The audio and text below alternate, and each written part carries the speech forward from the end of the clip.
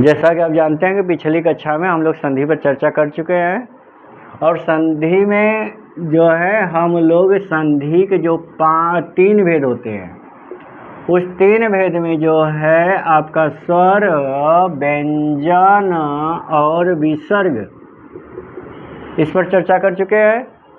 और स्वर के जो है 5 भेद होते हैं। स्वर के कितने भेद होते हैं? 5 भेद होते हैं। और इस स्वर में जो है आपका पहले संधि का नाम है दीर्घ, दूसरे संधि का नाम है गुण, तीसरी संधि का नाम है वृद्धि, चौथे का नाम है यड़ और अंतिम और 5वां है अयादि।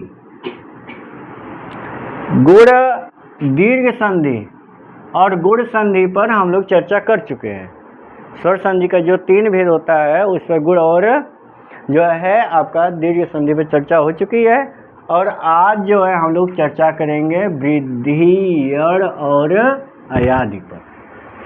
तो कहा कि पहले देख लेते हैं दीर्घ किसे कहते हैं। तो कहा कि ई उ री अगर इसके बाद अगर समान वर्ण आए तो यहाँ पर दीर्घ होता है। अगर आपको प्लस के आगे जो है धन के आगे अगर अ मिल जाए या ई मिल जाए या ऊ मिल जाए या री मिल जाए और उसके बाद समान वर्ण का मतलब होता है कि अ के बाद अगर अ आ जाए, ई के बाद अगर ई आ जाए, ऊ के बाद अगर ऊ आ जाए और री के बाद अगर री आ जाता है तो इसका अ और अ मिल कर के आ, ई और ई मिल कर के ई और ऊ मिल कर के ऊ और री मिल कर के री हो जाता है। तो यहाँ पर जो आ, ई, ऊ, री है यह दीर्घ वर्ण है, दीर्घ स्वर है, इसलिए इसे हम दीर्घ संधि कहते हैं। फिर दूसरी संधि जो आपका है पिछली कक्षा में पढ़ा गया था उस संधि का नाम है गुण संधि। अब गुण संधि में क्या था कि अगर आप आ या आ के बाद अगर ई, ऊ और री आए तो आ में ई मिलाने पर ए, ऊ मिलाने पर ओ और री मिलाने पर अर होता है। यह दीर्घ गुण संधि में बताया गया था। तो गुण संधि में हमेशा याद रखिएगा कि जो पूर्व वाला वर्ण रहेगा वह अ या आ रहेगा और इसके बाद वाले में अगर है तो ई या ई रहेगा, ह्रस्व या दीर्घ रहेगा, ऊ में ह्रस्व या दीर्घ रहेगा, री में ह्रस्व या दीर्घ रहेगा। तो अ में अगर ई मिला रहे हैं तो अ में ई मिलाने पर ए वर्ण होता है और अ में ऊ मिलाने पर ओ वर्ण होता है और अ में री मिलाने पर अर बनता है। यह था आपका गुण संधि। अब अगली संधि जो आपकी है वह संधि कौन है? वृद्धि संधि। तो वृद्धि संधि किसे कहते हैं? तो कहा कि अ या आ स्वर के बाद अगर जो है ए या ए आए, ओ या औ आए तो आ में अगर ए या ऐ में से कोई वर्ण मिल रहा है तो यहाँ पर ऐ होगा। अगर ओ अ वर्ण अगर अ आ में मिल रहा है तो यहाँ पे अव होगा।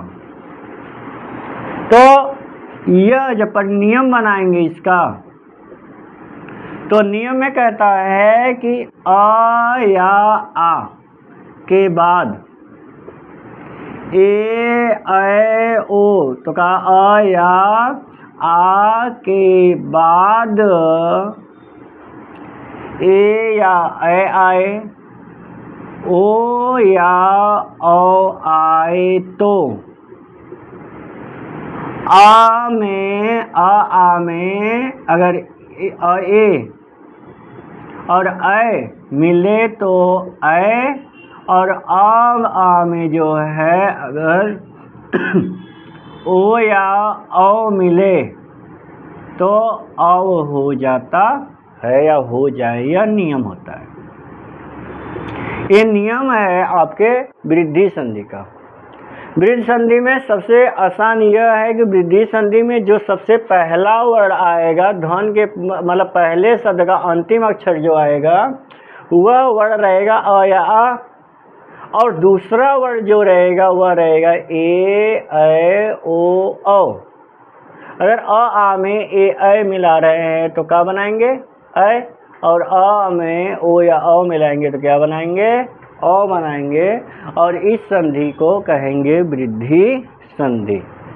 अब वृद्धि संधि में जो है आप देखेंगे कि अगर जो है अ या आ के बाद ए या ऐ आया तो यह आपस में मिल करके ऐ हो जाता है।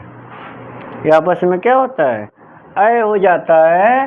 अब कहा जैसे स दा धन ए व, यह में जो पहला शब्द सदा है और दूसरा शब्द जो एव है तो पहले शब्द का अंतिम अक्षर आ है और दूसरे शब्द का पहला अक्षर क्या है ए है।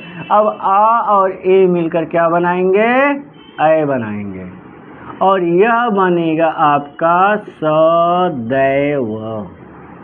तो सदैव में जो है आपका वृद्धि संधि होगा। इसका जो पूछेगा कि सदैव का संधि विच्छेद क्या होता है तो आप बोलेंगे सदा धन एव, और यह कहेगा सदा धन एव बराबर क्या होता है तो आप बोलेंगे सदैव। और इसमें कौन सी संधि है वृद्धि संधि है। इसमें कौन संधि है वृद्धि संधि है। उसी तरह से अगला उदाहरण आपका है मम धन एव तथा धन एव। तो तथा धन एव बराबर तथा में आ है एव में ए है आ ए मिल करके बनाएंगे ऐ, और ए बनेगा तथैव। उसी तरह से यह बनेगा मैं व। फिर अगला उदाहरण देख लो, उसी में बनता है तव धन एव। तो तव धन एव बराबर होगा तवैव। ये जो नियम इस उदाहरण में लग रहा है, इस उदाहरण में नियम है वृद्धि संधि का, जिसमें अ या आ के बाद ए आता है तो क्या हो जाता है ऐ हो जाता है। उसी तरह से जो है आपका दूसरा नियम इसमें है कि अगर आ के बाद अगर ओ या औ आए तब क्या होगा, क्या परिवर्तन होगा। तो अ में अगर ओ औ आएगा तो बनाएंगे औ। तो कहा जैसे जल धन ओघ। तो जल में पहले शब्द का अंतिम अक्षर जल में अ है और ओघ में ओ है। अब अ और ओ मिलकर बनाते हैं औ। अब यह जब बनता है तो ये बनता है जलघ।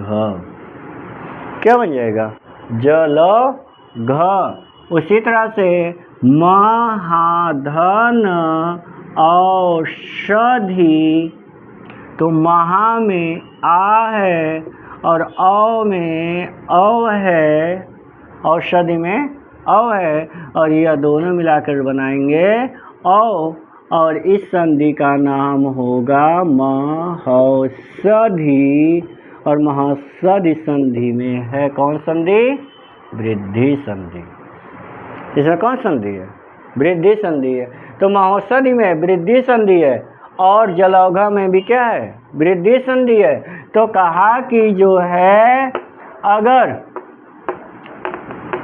आ के बाद अगर ए आए और ओ आए तो ए बनाएंगे ए बनाएंगे और इसे हम बोलेंगे वृद्धि। ये आपका वृद्धि संधि। फिर जो है वृद्धि संधि में देखिए संधि जो आपका प्रश्न पूछता है, संधि में प्रश्न पूछेगा तो आपसे पूछेगा कि संधि में वृद्धि संधि का उदाहरण क्या है, या पूछेगा महाऔषधि में जो है महाधन औषधि बराबर क्या बनेगा, या किस वर्ण में परिवर्तन होगा। या पूछेगा आपसे कि महौषधि का संधि विच्छेद क्या होगा, या तो संधि का नाम पूछेगा या संधि विच्छेद पूछेगा, या संधि विच्छेद दे करके उसमें क्या पूछेगा कि इसमें कैसे संधि बनेगी। ये 3 प्रश्न सबसे ज़्यादा हिंदी में आता है। और कभी कभी जो है प्रश्न ये भी पूछ सकता है कि अ में ए मिलाने पर क्या बनता है, या कौन परिवर्तन होता है, कौन वर्ण परिवर्तन होता है, तो ये परिभाषा में आ जाएगा। तो आपको इतना ध्यान देना कि अगर आपसे वृद्धि संधि कोई पूछे कि वृद्धि संधि किसे कहते हैं, तो आप कहेंगे कि पूर्व वर्ण में अगर जो है अ आ आए और उसके बाद अगर ए ऐ ओ औ आए, तो आप अ में ए जब मिलाएंगे तो ऐ, और अ में जो है ओ मिलाएंगे तो क्या बनाएंगे, औ बनाएंगे। और इस नियम को हम वृद्धि संधि कहते हैं। तो ये हमारा स्वर संधि का तीसरी संधि था। कौन संधि? वृद्धि संधि। अब अगला आता है यड़ संधि। यड़ संधि इसका नाम। तो कहा यड़ संधि किसे कहेंगे, तो याद रखिएगा कि ई या ई मतलब ह्रस्व या दीर्घ, ई या ई आए पूर्व में, या ऊ आए पूर्व में, या जो है री आए पूर्व वर्ण में, और इसके बाद अगर स्वर आता है, स्वर में कौन सा स्वर आएगा, तो कहा असमान स्वर। अब असमान स्वर यहाँ पे क्यों लिखा गया, क्योंकि अगर समान स्वर आ गया तो समान स्वर में जो है आपका दीर्घ संधि हो जाएगा। अगर हम ई में ई मिला दें, या ऊ में ऊ मिला दें, री में री मिला दें, तो यह नियम तो दीर्घ संधि का हो जाएगा। लेकिन अगर यहाँ पर जो है ई के बाद ई ना आए, आ जाए, अगर ऊ के बाद ऊ ना आए या आ जाए, या कोई स्वर आ जाए, कोई स्वर आए, बस ऊ नहीं होना चाहिए। क्या नहीं होना चाहिए? ऊ नहीं होना चाहिए। ऊ है पूर्व में और उसके बाद ऊ नहीं होना चाहिए, तभी यड़ संधि होगा। और अगर ऊ के बाद ऊ आ गया तो वह कौन संधि हो जाएगा? दीर्घ संधि हो जाएगा। इसलिए यहाँ पर एक शब्द लिखा जाता है, जरूरी नहीं कि लिखा जाए, समझा जाता है इसको, लेकिन यहाँ पर क्या किया गया है, लिखा गया है। तो यहाँ पे असमान स्वर का मतलब ये है कि ई के बाद ई नहीं होना चाहिए, ऊ के बाद ऊ नहीं होना चाहिए, री के बाद री नहीं होना चाहिए, तब जाकर यह बनेगा यड़ संधि। तो कहा गया अगर ई या ई के बाद ऊ या ऊ आए, ई के बाद स्वर में कोई स्वर आए, ऊ के बाद आए, तो समान नहीं बल्कि असमान, तो यहाँ ई का यह चाहे ह्रस्व चाहे दीर्घ उससे मतलब नहीं है। हमको ई के जगह पर यह ही करना है। या ऊ आए उसके बाद असमान स्वर आ जाएगा, तो हमको जो है ऊ के स्थान पर वह करना होगा। और री आ जाए तो इसको क्या करना रहेगा, र करना रहेगा। तो कहा कि ह्रस्व या दीर्घ ई ऊ री के बाद कोई भी असमान स्वर आए तो ई का य, ऊ का व, री का र हो जाए। और यह नियम है आपके यड़ संधि का। किस संधि का? यड़ संधि का।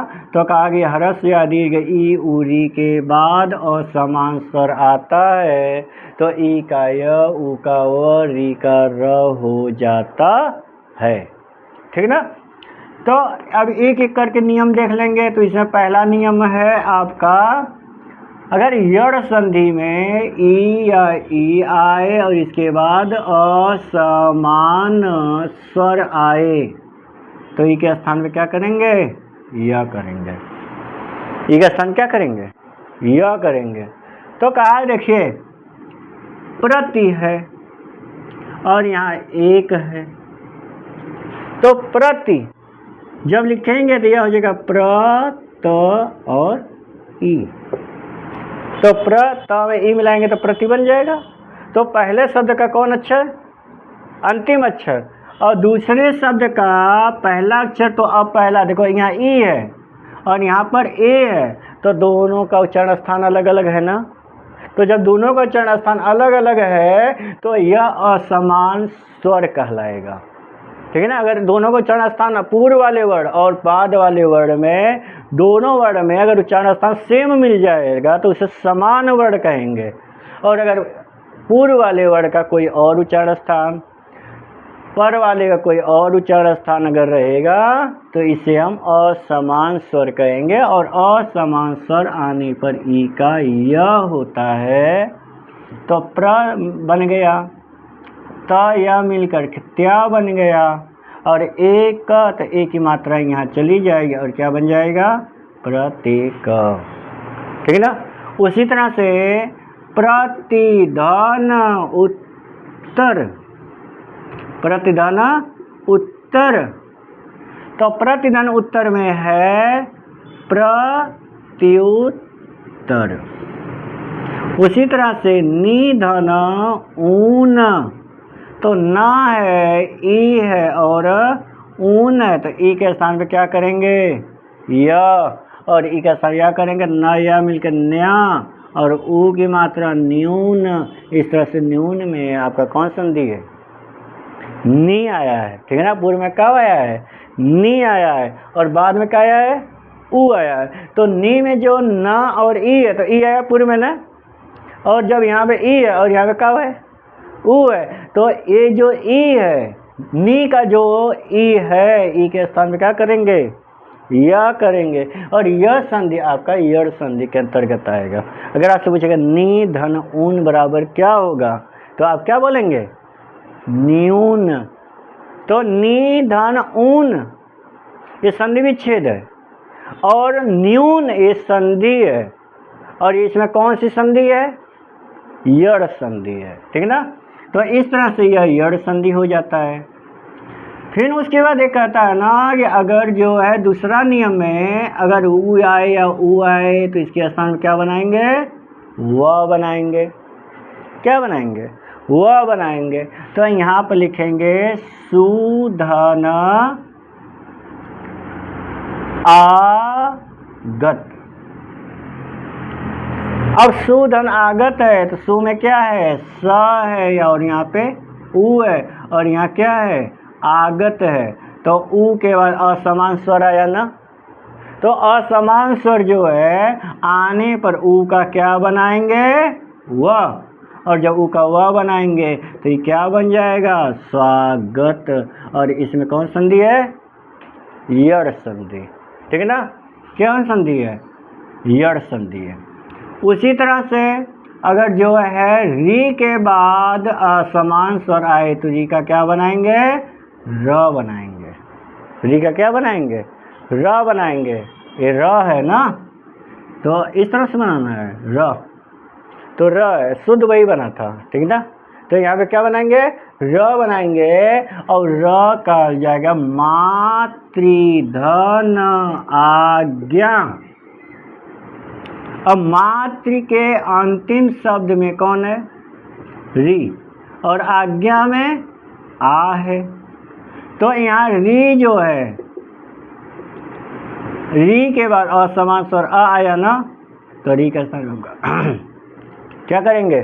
र करेंगे। और यहाँ पर माँ और ता में से री निकाल दिए हैं, तो यहाँ पे त बन गया ना, और री के स्थान में क्या बनाए हैं? र बनाए हैं, और यहाँ आज्ञा है, ये है। तो यहाँ त और र मिल करके संयुक्त अक्षर होकर क्या बनाएंगे? त्र, और ये आज्ञा का आ इसमें जाएगा और ये ज्ञा बन जाएगा, और यहाँ पे क्या बन जाएगा? माँ, और ये क्या बन जाएगा? मात्राज्ञा।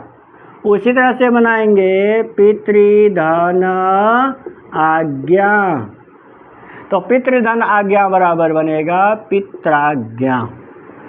उसी तरह से भातृधन आज्ञा, तो क्या बनाएंगे? भात्राज्ञा अर्थात भाई की आज्ञा, पिता की आज्ञा, माता की आज्ञा। इस तरह से आप देखें यड़ संधि में जो है अगर ई या ई आता है उसके बाद असमान स्वर आता है तो ई का य, अगर ऊ या ऊ आए उसके बाद असमान स्वर आता है तो ऊ का व, री के बाद अगर असमान स्वर आता है तो री का र। तो इस तरह से जिस संधि की चर्चा होगी उस संधि होगा यड़ संधि। यड़ संधि में दिमाग में हमेशा याद रखिएगा पूर्व में ई रहेगा, ऊ रहेगा, री रहेगा। पूर्व में अगर ई ऊ री है तो समान वर्ण आएगा तो दीर्घ कर दीजिए, और असमान वर्ण आएगा तो यड़ कर दीजिए। दो ही संधि हो सकता है। पूर्व में अगर ई ऊ री है तो दो ही संधि हो सकता है, समान वर्ण आने पर दीर्घ और असमान स्वर आने पर यड़। फिर अंतिम स्वर संधि का है अयादि संधि। ये स्वर संधि का अंतिम संधि है। यह स्वर संधि का क्या है? अंतिम संधि है। और संधि में जो है अयादि संधि है। अयादि क्या होता है? अगर पूर्व में ए है, अ है, ओ है और औ है, उसके बाद कोई स्वर रहे, चाहे वो समान स्वर रहे चाहे वह असमान स्वर रहे, उस समय से मतलब नहीं है। हम एक जगह पर आय के जगह पर आय, ओ के जगह पर औ के जगह पर आव कर देते हैं। अब देखो अय है, पहला शब्द क्या है? अय, और अंतिम शब्द क्या है? आव। तो अय है आदि में जिसके वह कौन? अयादि। तो अय क्या है? आदि में है ना। तो अय आदि मतलब पहला होता है। अय में अगर आदि जोड़ेंगे तो क्या बनेगा? अयादि। इसलिए इस संधि का नाम अयादि संधि पड़ता है। इस संधि का नाम कौन संधि पड़ता है? अयादि संधि है। तो आप हमेशा याद रखिएगा कि अगर ए, ऐ, ओ, अगर पूर्व में है, उसके बाद कोई स्वर आए, चाहे वह समान हो चाहे असमान हो, उससे मतलब नहीं है। ए का ऐ का आय, ओ का औ का आव करते हैं, और इस संधि का नाम होता है अयादि संधि। तो नियम देख लो। नियम क्या कहता है? नियम कहता है कि ए, ऐ, ओ, औ के बाद कोई स्वर आए, कोई स्वर आए तो ए का ऐ का आय, ओ का औ का आव हो जाए। तो यहाँ क्या लिखा है? ए, ऐ, ओ, औ के बाद अगर कोई स्वर आए तो ए का ऐ का आय, ओ का औ का आव हो जाता है। ठीक ना? फिर उसके बाद जो है अब इसमें नियम देख लेंगे, एक एक करके देखेंगे। तो यहाँ पर पहला नियम अयादि वाला कहता है कि अगर ए के बाद स्वर आए तो ए का क्या करना है? ऐ। ए का क्या करेंगे? ऐ। अब ए का ऐ करेंगे तो उदाहरण ले लो। तो यहाँ पर ने है और यहाँ अन है। तो न में न है, ई है और ए है। हम नी बोलने जा रहे थे लेकिन नी नहीं रहेगा, यहाँ पे ए रहेगा। तो ना, तो ना के में ने में ना और ए है, और इसके बाद अन है। तो ए स्वर है और ए भी क्या है? स्वर है। तो ए के बाद यहाँ क्या है? स्वर है। तो ए के स्थान पर क्या करेंगे? आय। तो यहाँ हम क्या करती है? आय। और यहाँ ना है और यहाँ क्या है? अन है। यह स्वर इस ना में मिलेगा तो ना बनाएंगे, यह स्वर इस य में मिलेगा तो यह बनाएंगे और ये बनाएंगे न, यह न, तो ने धन अन बराबर नयन। उसी तरह से से धन आन, तो स ए धन आन, तो ए के बाद स्वर है तो ए का क्या बनाएंगे अय, और ये बनाएंगे शयन, क्या बना देंगे शयन। तो उसी तरह से चे धन अन बराबर चयन, से धन अन बराबर शयन, ने धन अन बराबर नयन, और चे धन अन बराबर चयन। तो ये आपका होगा अयादि संधि। उसी तरह से दूसरा नियम है आपका, अगर अ के बाद स्वर आएगा तब क्या करेंगे, तो अ के बाद स्वर आएगा तो अ का आय होता है।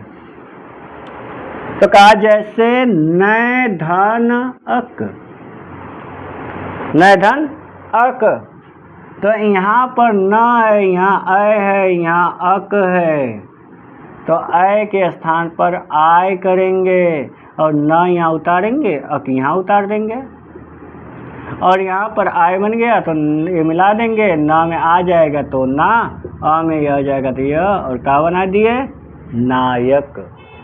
क्या बन जाएगा नायक।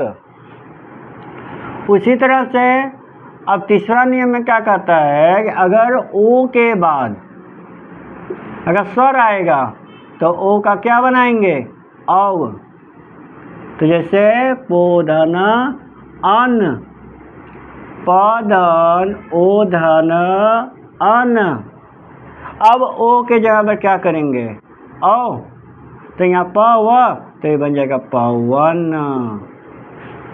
उसी तरह से भो धन अन, तो भ ओ और अन, तो ओ के स्थान पर औ, और यह बनेगा भवन। ये आपका है अयादि संधि। उसी तरह से आपका अगर चौथा नियम है, अगर औ के बाद अगर स्वर आए तो औ का क्या होगा आओ, जैसे पौधन अक, तो यहाँ पौधन अक प है, औ है और अक है, तो औ के स्थान पर आओ और ई बनाएंगे पावक। क्या बन जाएगा पावक, प में अव है और औ के स्थान पे आव करेंगे और क्या बन जाएगा पावक। तो इस तरह से यह अयादि संधि कहलाता है। स्वर संधि के जो 5 भेद होते हैं, दीर्घ, गुण, वृद्धि और अयादि, इन संधियों में पहली जो वीडियो बना है उसमें संधि किसे कहते हैं, संधि का अर्थ क्या होता है, संधि की परिभाषा और संधि के कितने भेद होते हैं उसके बारे में चर्चा किया गया है। दूसरे वीडियो में स्वर संधि किसे कहते हैं और दीर्घ संधि और गुण संधि किसे कहते हैं इसकी चर्चा की गई है। और आज जो है वृद्धि और यड़ और अयादि, इस 3 संधि का चर्चा किया गया है। अगले वीडियो में चर्चा की जाएगी व्यंजन संधि किसे कहते हैं और व्यंजन संधि में कौन कौन से नियम होते हैं, उसको चर्चा की जाएगी।